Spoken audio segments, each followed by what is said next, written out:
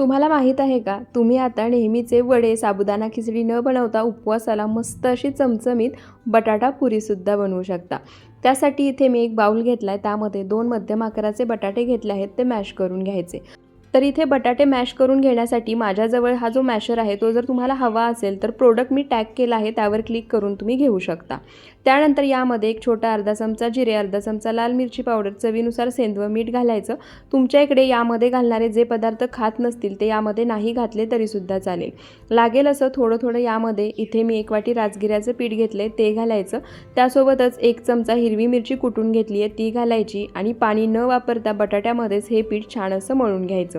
मस्त असं पीठ मळून झाले. त्यासोबतच थोडंसं राजगिऱ्याचं कोरडं पीठ घ्यायचं.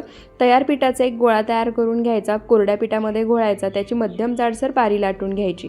त्यानंतर एखाद्या झाकणाने अशा पद्धतीने त्याची पुरी तयार करून घ्यायची.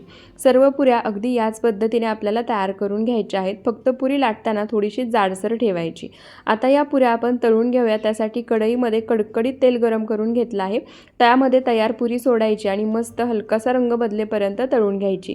एक अर्ध्या मिनिटामध्येच ही पुरी छान तळली जाते. राजगिऱ्याची पुरी तळण्यासाठी जास्त वेळ लागत नाही.